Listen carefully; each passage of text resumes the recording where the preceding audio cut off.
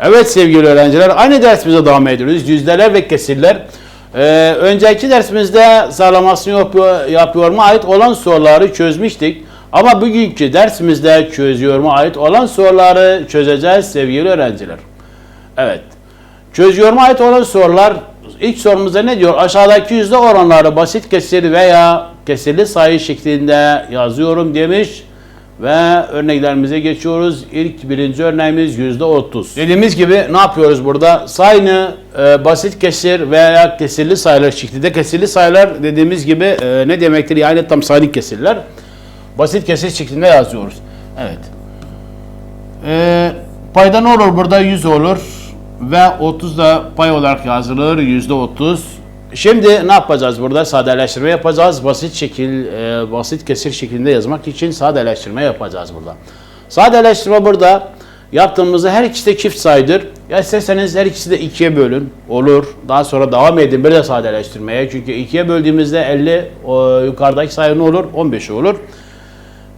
Tekrar daha sonra neye böleceğiz? 5'e böleceğiz. Yani 15 ile 50 düşün sayını. Tekrar yapalım. 2'ye böldüğümüzde ne olur burada? Olur 15.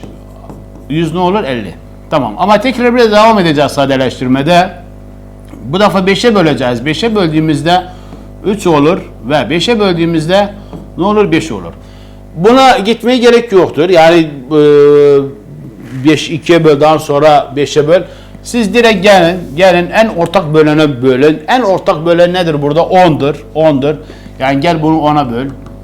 Böl 10. Aşağıdaki aynı 10'a böl. 10'a böldüğümüzde 3. 100'ü 10'a böldüğümüzde 10. Ya da dediğim gibi gel buradan bir tane 0 sil. Buradan bir tane 0 sil. Ne kaldı geriye? 3 bölü 10 kaldı. Zaten 3 ile 10 arasında sadeleştirme yoktur. Çünkü ortak bölen yoktur aralarında. Evet. İstenen burada nedir? Bu soruda yüzdelik oranı ne şeklinde yazıyoruz? Basit kesir şeklinde yazıyoruz. Yalnız bunu istenen budur burada. Evet. Diğer sorumuzda yüzde 50. %50'ni aynen payda olarak 100 yazdım. 50'ni de pay olarak yazdım. Gel burada özür dilerim.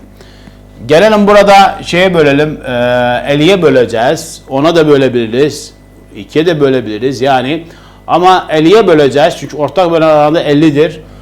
Burada 50'ye ya da 10'a böl. O da olur. Yani istersen 10'a böl. Ya da istersen gel burada bir tane 0. Buradan bir tane 0 sil. Olur.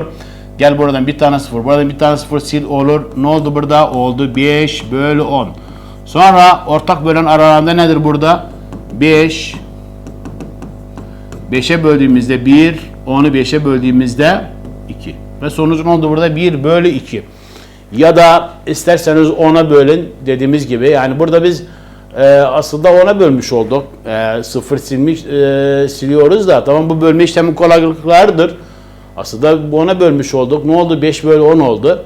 Dediğim gibi yaz bölü 10. İkisini 10'a böl. Daha sonra bu şekilde çıkar. Daha sonra tekrar 5'e böl yine. O da olur. Evet. Diğer sorumuzu çözelim. Diğer sorumuzda 3. şıkkımız yüzde 120. Yüzde 120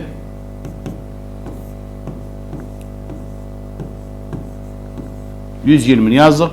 Burada ortak bölen aralarında 10'du. Ya da 0 silelim. Bir tane sıfırlar silelim. Burada bir tane 0, bir tane 0. Ne kaldı geriye burada? Oldu 12 bölü 10. 12 bölü 10. Sadeleştirme bakacağız. Şimdi burada sadeleştirme var mı yok mu aralarında? Var. Tamam. Sonuç sadeleştirmeye devam edeceğiz. Daha sonra bileşik kesir tam sayılı kesir çevireceğiz. Sadeleştirme var, aralarında var. Hangi sayıdır? Yani ortak bölen nedir aralarında? Ortak bölen aralarında 2'dir. 2'ye böl. 2'ye böldüğümüzde 12 bölü 2 6, 10 bölü 2 5. 6 bölü 5. Sonuç nedir burada? Birleşik kesirdir. Ama bizden istenen nedir? Basit kesir şekilde yazmak. O zaman tam sayılı kesire çevireceğiz. Tam sayılı kesire çevirmek için paydanı 5 olarak yazıyorum. Aynı.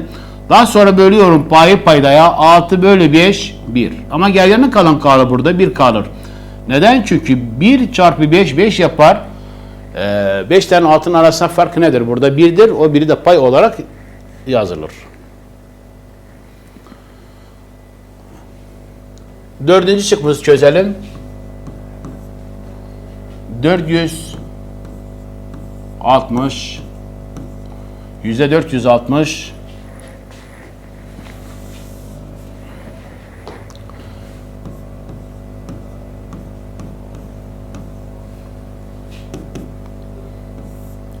400'ü yazdım. Burada 100 yazıyoruz. Gel istersen burada aynı dediğim gibi 0 sil.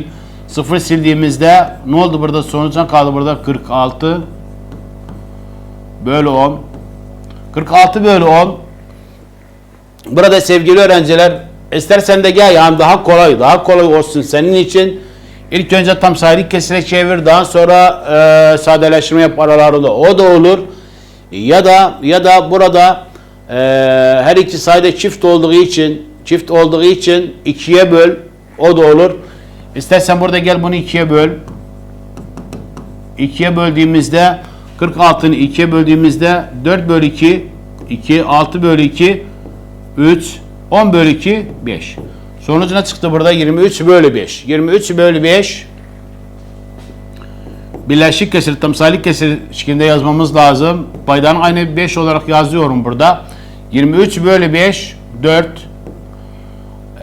Geriye kalan kaldı 3 kaldı. 3'ü de pay olarak yazıyorum. Neden? Çünkü 5 çarpı 4 kaç yapar? 20 yapar. 23'te kaç defa 5 vardır? 4 vardır. Tam olarak yazılır. Ama geriye kalan kaldı 20 ile 23'ün arasında 3 fark var. 3 de nereye yazılır? Pay olarak yazılır. Ve 5. şıkkımızda yüzde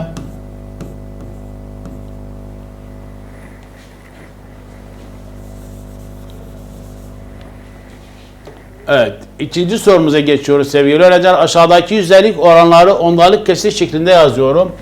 5. şıkkımızda %6. Ne yapıyorum burada? Burada yüzdelik oranı ondalık kesir şeklinde yazacağız. Ondalık kesir şeklinde yazmak için ne yazıyoruz burada? 0 tam %6. 7. şıkkı çözüyorum sevgili öğrenciler. %125. Evet. %125. Bu şekilde yazalım. 125'i buraya yazıyoruz. Daha sonra paydan da 100 olarak yazıyorum. Gel birleşik kesir olduğu için tam sayılı kesire çevirelim. Tam sayılı kesire çevir. 125'i yani 100'e böleceğim. Birleşik kesiri de tam sayıya çeviriyorum. Tekrar ediyorum. 125 bölü 100 1. Ve geriye kalan kaldı? 25 kaldı. 25'i de nereye yazıyorum? Pay olarak yazıyorum. Ne oldu burada? Bir tam %25. Daha sonra gel ondalık şekilde yaz. Ondalık şekilde yazmak için virgül yazıyoruz. Virgülden önce tam.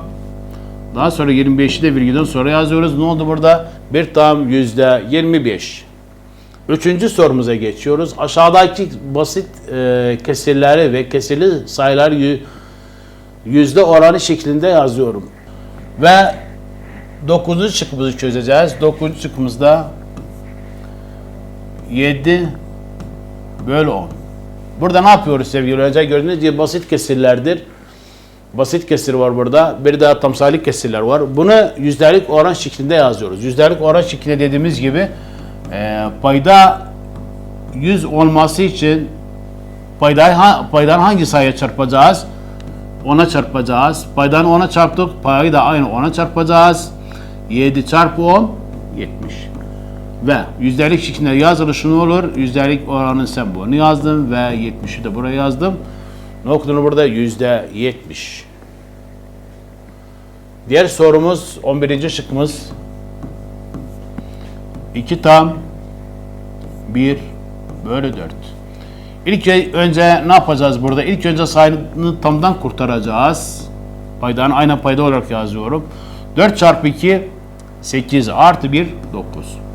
Sonra 4 payda 100 olması için paydan hangi sayı çarpmamız lazım? 25'e. Çünkü 4 çarpı 25 100 yapar. O zaman yukarıdaki sayıda aynı 25'e çarpıyoruz. 9 çarpı 25 225 ve ondalık oran şeklinde de bu şekilde de yazılır. Evet. En son sorumuza geçiyoruz. Aşağıdaki ondalık kesirleri yüzde oranı şeklinde yazıyorum. Burada ne verilipti sevgili öğrenciler? Ondalık kesir verilipti. Yüzde oranı şeklinde yazacağız bunu. 13. şıkkımızı çözüyoruz. 13. şıkkımızda 0 tam onda 9. 0 tam onda 9'u ilk önce kesir şeklinde tabi yazacağız. Yazmamıza şarttı burada. Özür dilerim. Tekrar yazıyorum. Burada payda ne yazacağız? 10 yazacağız. Çünkü neden? Onda 9'dur. Onda 9'dur. Şimdi yüzdelik payda ne yapacağız burada? 100 yapacağız. 100 olması için burada paydanı 10'a çarpıyorum. Payda aynı 10'a çarpıyorum. Ve eşittir. Payda 100'dür zaten. 9 çarpı 10 90. Daha sonra işte soruda istenilene göre yüzdelik oran şeklinde yazmamız lazım. Yüzdelik oran şeklinde de yazmamız lazım. Bu şekilde yazılır. %90.